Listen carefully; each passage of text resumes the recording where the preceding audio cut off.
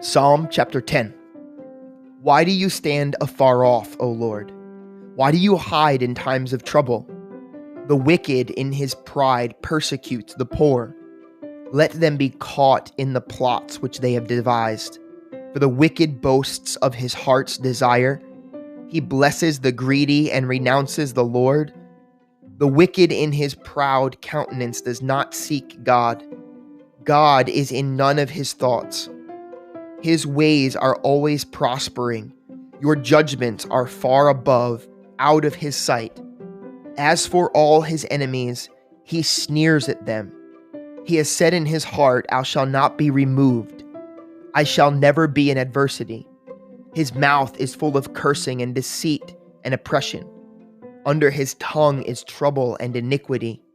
He sits in the lurking places of the villages. In the secret places he murders the innocent.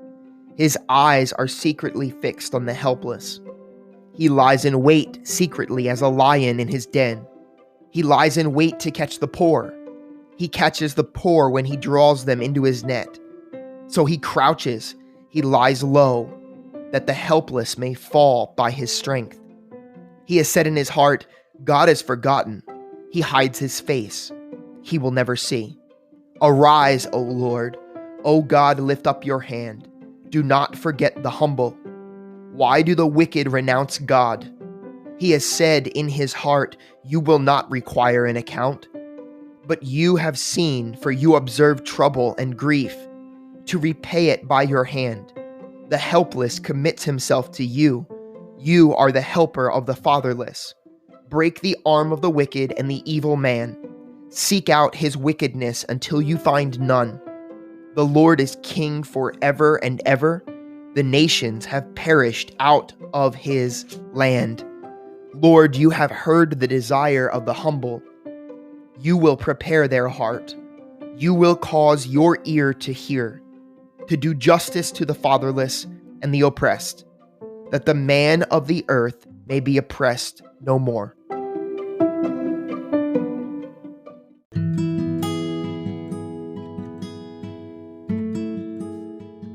Genesis chapters 32 to 34. So Jacob went on his way, and the angels of God met him.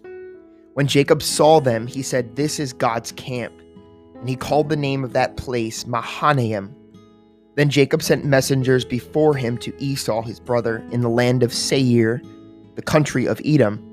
And he commanded them, saying, speak thus to my lord Esau.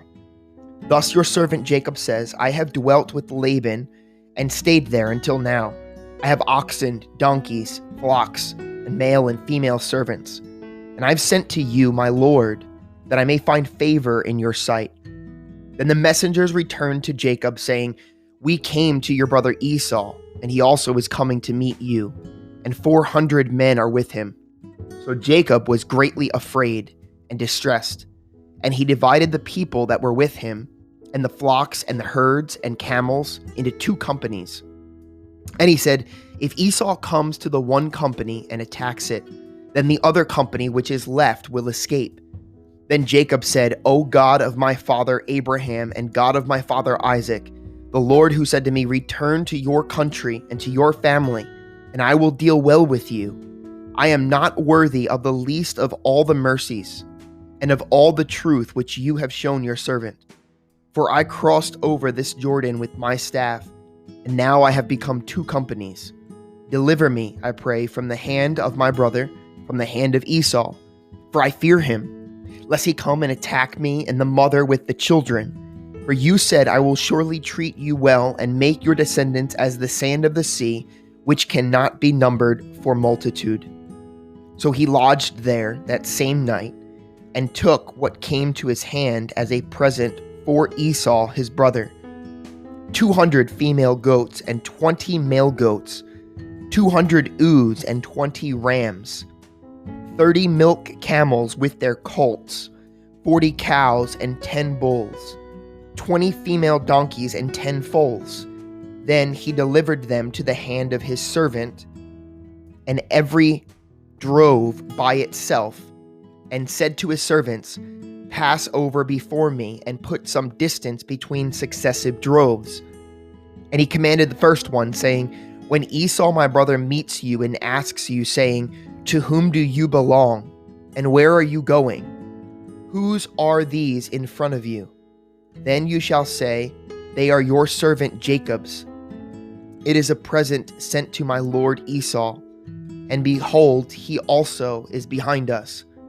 So he commanded the second, the third, and all who followed the droves, saying, "In this manner you shall speak to Esau when you find him, and also say, 'Behold, your servant Jacob is behind us.' For he said, 'I will appease him with the present that goes before me, and afterward I will see his face. Perhaps he will accept me.' So the present went out over before him, but he himself lodged that night in the camp. And he arose that night and took his 2 wives, his 2 female servants, and his 11 sons, and crossed over the ford of Jabbok. He took them, sent them over the brook, and sent over what he had. Then Jacob was left alone, and a man wrestled with him until the breaking of day. Now when he saw that he did not prevail against him, he touched the socket of his hip, and the socket of Jacob's hip was out of joint as he wrestled with him. And he said, "Let me go, for the day breaks." But he said, "I will not let you go unless you bless me." So he said to him, "What is your name?" He said, "Jacob." And he said, "Your name shall no longer be called Jacob, but Israel. For you have struggled with God and with men, and have prevailed." Then Jacob asked, saying, "Tell me your name, I pray." And he said, Why is it that you ask about my name?" And he blessed him there. So Jacob called the name of the place Peniel, for I have seen God face to face, and my life is preserved. Just as he crossed over Penuel, the sun rose on him, and he limped on his hip. Therefore to this day the children of Israel do not eat the muscle that shrank, which is on the hip socket, because he touched the socket of Jacob's hip in the muscle that shrank. Now Jacob lifted his eyes and looked, and there Esau was coming, and with him were 400 men. So he divided the children among Leah, Rachel, and the 2 maidservants, and he put the maidservants and their children in front, Leah and her children behind, and Rachel and Joseph last. Then he crossed over before them and bowed himself to the ground 7 times until he came near to his brother. But Esau ran to meet him and embraced him and fell on his neck and kissed him, and they wept. And he lifted his eyes and saw the woman and children and said, "Who are these with you?" So he said, "The children whom God has graciously given your servant." Then the maidservants came near, they and their children, and bowed down. And Leah also came near with her children, and they bowed down. Afterward, Joseph and Rachel came near, and they bowed down. Then Esau said, "What do you mean by all this company which I met?" And he said, "These are to find favor in the sight of my Lord." But Esau said, "I have enough, my brother. Keep what you have for yourself." And Jacob said, "No, please. If I have now found favor in your sight, then receive my present from my hand, inasmuch as I have seen your face as though I had seen the face of God, and you were pleased with me. Please take my blessing that is brought to you, because God has dealt graciously with me, and because I have enough." So he urged him, and he took it. Then Esau said, "Let us take our journey. Let us go, and I will go before you." But Jacob said to him, "My Lord knows that the children are weak, and the flocks and herds which are nursing are with me. And if the men should drive them hard one day, all the flock will die. Please let my Lord go on ahead before his servant.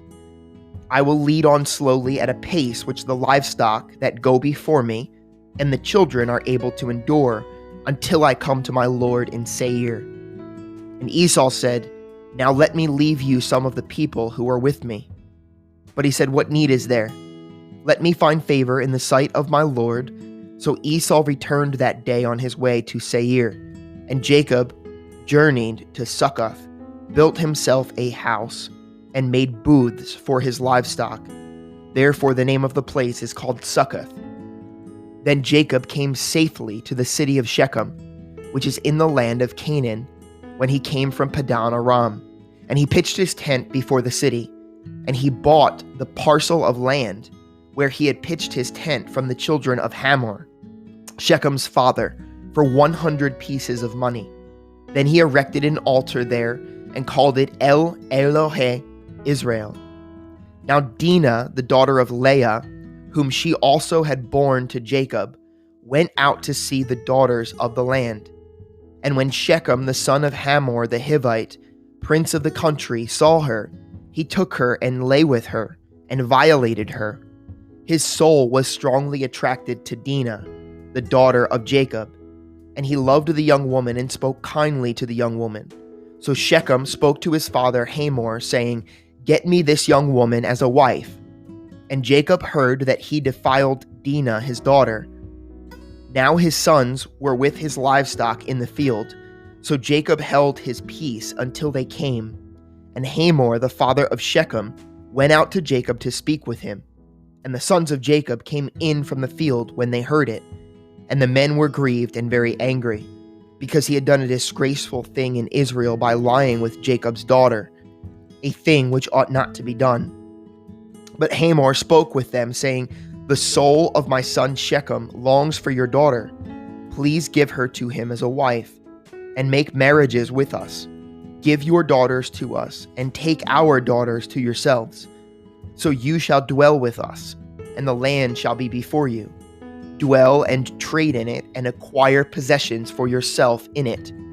Then Shechem said to her father and her brothers, "Let me find favor in your eyes, and whatever you say to me I will give. Ask me ever so much dowry and gift, and I will give according to what you say to me. But give me the young woman as a wife."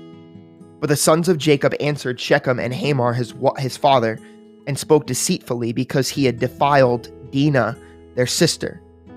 And they said to them, "We cannot do this thing, to give our sister to one who is uncircumcised, for that would be a reproach to us. But on this condition we will consent to you, if you will become as we are, if every male of you is circumcised. Then we will give our daughters to you, and we will take your daughters to us, and we will dwell with you, and we will become one people. But if you will not heed us and be circumcised, then we will take our daughter and be gone." And their words pleased Hamor and Shechem, Hamor's son. So the young men did not delay to do the thing, because he delighted in Jacob's daughter. He was more honorable than all the household of his father. And Hamor and Shechem his son came to the gate of their city, and spoke with the men of their city, saying, "These men are at peace with us. Therefore let them dwell in the land and trade in it, for indeed the land is large enough for them. Let us take their daughters to us as wives, and let us give them our daughters. Only on this condition will the men consent to dwell with us, to be one people, if every male among us is circumcised as they are circumcised. Will not their livestock, their property, and every animal of theirs be ours? Only let us consent to them, and they will dwell with us." And all who went out the gate of this city heeded Hamor and Shechem his son. Every male was circumcised, all who went out of the gate of his city. Now it came to pass on the third day, when they were in pain, that the two of the sons of Jacob, Simeon and Levi, Dinah's brothers, each took his sword and came boldly upon the city and killed all the males. And they killed Hamor and Shechem his son with the edge of the sword, and took Dinah from Shechem's house and went out. The sons of Jacob came upon the slain and plundered the city, because their sister had been defiled. They took their sheep, their oxen, and their donkeys, what was in the city and what was in the field, and all their wealth. All their little ones and their wives they took captive, and they plundered even all that was in the house. Then Jacob said to Simeon and Levi, "You have troubled me by making me obnoxious among the inhabitants of the land. among the Canaanites and the Perizzites, and since I am few in number, they will gather themselves together against me and kill me. I shall be destroyed, my household and I." But they said, "Should he treat our sister like a harlot